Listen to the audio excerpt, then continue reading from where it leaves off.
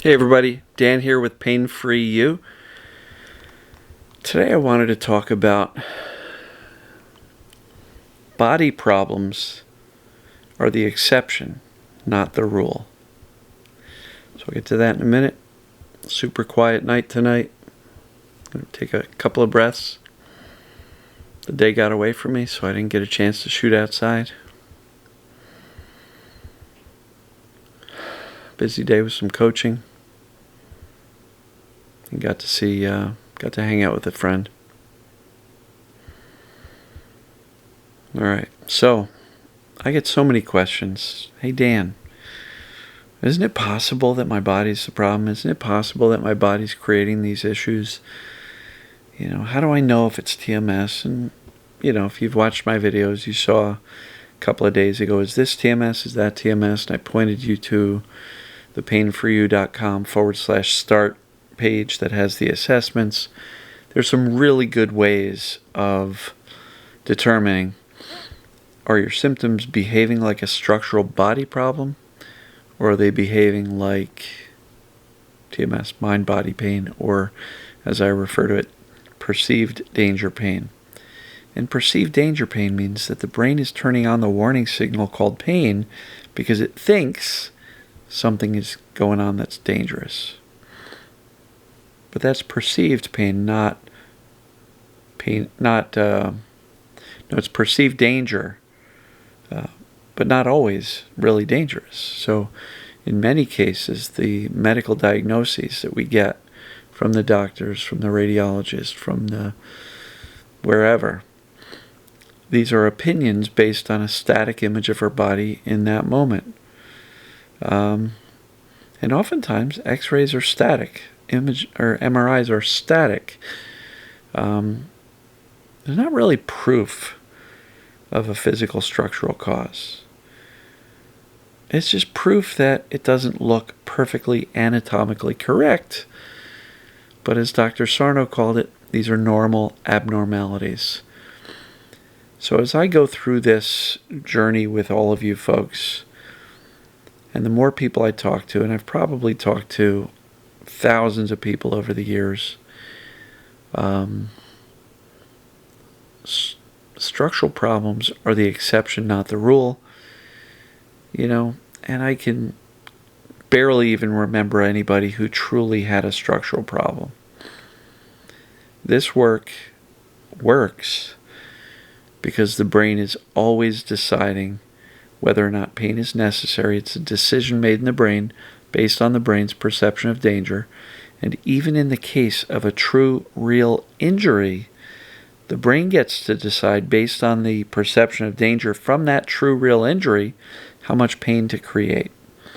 So the example I'll give you is my ex-wife broke her ankle running through the woods. She rolled her ankle in a tree root. She almost stumbled and fell. And she literally felt and heard a crack.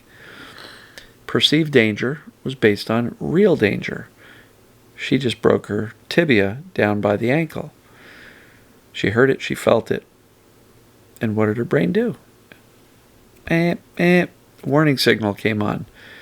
And so every time she stepped on that foot, hobbling back to the car, the brain was saying, ouch, ouch, ouch. So the perceived danger was real in that case, because she had a legitimate crack. She heard it, she felt it. She almost fell, she twisted her ankle. So the key here, the moral of this story is that when she went to the emergency room, she got it x-rayed, and they said it's a clean break. It's going to heal up just fine. We don't need surgery. You'll wear one of those stability boots, the black one with the Velcro. Here's a pair of crutches. 4 weeks on the crutches, 6 or 7 weeks with the boot. You'll be good as new. You'll be running in 10 weeks. The moral of this story is when the brain felt safe, within 2 days, 90% of her pain was gone. How is that possible? She still had a broken bone. If she went to get another x-ray, they would still say, you got a broken bone. So it's not the body that's creating the pain. It's the brain and the brain's perception of danger. When she was in the woods and it just happened and she knew she had to get back to the car a mile away, Her brain was going, holy cow, really big danger. Once she had the boot and the crutch, that didn't fix the brake. All it did was create safety by saying the boot's going to keep your foot stable and your ankle stable, and the crutches are going to make sure you don't put any weight on it. Problem solved. Safety was created, and the brain responded accordingly with the lowering of the pain. So I will say, real injuries heal. In my ex-wife's case, she had a real injury, it healed, and she was back on her feet in 10 weeks. She was on her feet sooner than that, but she was running again in about 10 weeks. So real injuries heal. If pain lasts longer than the healing time frame for whatever injury you sustained, guess what? That is where you get into the TMS perceived danger pain category. Because if you're worried about it not healing and you're scared of it and you don't want to walk on it because you're afraid it's going to hurt, you're creating that danger, and your brain's going to perceive that as dangerous and therefore turn on the pain. So the body heals. Trust it. It always heals. What doesn't always heal is the brain's perception of danger. It's our job to trust the body. And there are many cases, many cases where there's an acute, boom, onset of pain. And it feels like an injury. But was it really? An acute onset of pain is not always an injury. Sometimes it's just an acute onset of perceived danger pain, TMS, mind-body pain. That's it. I bent over to put on my underwear in my early 30s, and whammo. Now for years I said, I threw my back out. What did that teach my brain? I got a back that can be thrown out, right? Wasn't helpful. It was an acute onset of TMS. Had nothing to do with my back. Bending over to put on your underwear is not a physically traumatic movement. It was silly, but it created 13 years of pain, or at least it didn't create it. It started the ball rolling for 13 years worth of pain. It wasn't really an injury. So if you're saying, I injured myself, I injured this, I injured that,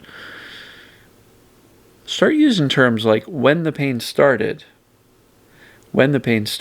and evaluate, was it a true injury? Was there a traumatic accident, a fall? Were you hit by anything like a car or a bus? Did you fall off a roof? If you bent over to get something out of the dishwasher and you had an acute onset of TMS, it's not necessarily proof of an injury, right? And in some cases, they'll do an imaging study, an x-ray or whatever. They'll say, look, you've got a bulging this, a herniated that, a disc degeneration there. Ask them, is it possible that's been there for a long time? How do we know that happened when I bent over? Poke some holes in the doctor's story. These are just theories. It's not evidence. And so again, we go back to the assessments that determine, is my pain behaving like a structural problem? So let's go back to my ex-wife breaking her ankle. If she were to take off that boot and walk down the street barefoot, it would hurt. Why? Because the brain's perception of danger would be real. That's a structural case. And that would happen every single time she did it. Now, in other cases, with the case of TMS or perceived danger pain, sometimes we have symptoms that when we're hanging out with some friends or family or laughing or otherwise engaged in life and not thinking about our pains or our problems, the symptoms settle down. If it were structural, how is that possible? So I'm not really trying to dissect and get into every possible scenario. If you want to ascertain whether or not your exact symptoms have to do with TMS or this perceived danger pain or symptoms, go to painfreeyou.com/start. And that's where you can assess how your symptoms are behaving. What are the characteristics of the pain? And those assessments there will really give you a solid idea a solid confirmation that your pain is or is not TMS or mind body or this perceived danger pain. And in my experience, I don't even think I can remember somebody whose pain was truly structural. So structural reasons for pain are the exception, not the rule. TMS is almost always a rule. Chronic pain is almost always coming out of the brain. Look, there may be some scenarios, and I don't even know what they are, that may have reason for persistent pain. But for most of you folks watching this, you've already come to the conclusion that this stuff makes sense to me. So I'm going to ask you to jump on the TMS train. Hold on tight. It can be an interesting ride. It's bumpy sometimes, but the track is pointing in the right direction, and it will get you to pain-free town.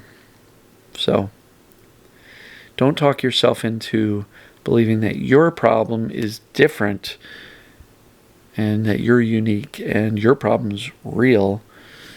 All pain is real. It's just created by the brain, even cases where there's a true injury. But injuries heal, and if the injury time frame has passed and you're still in pain, then the brain has likely learned to keep that sensation or symptom going based on two things: fear and the attention we give it.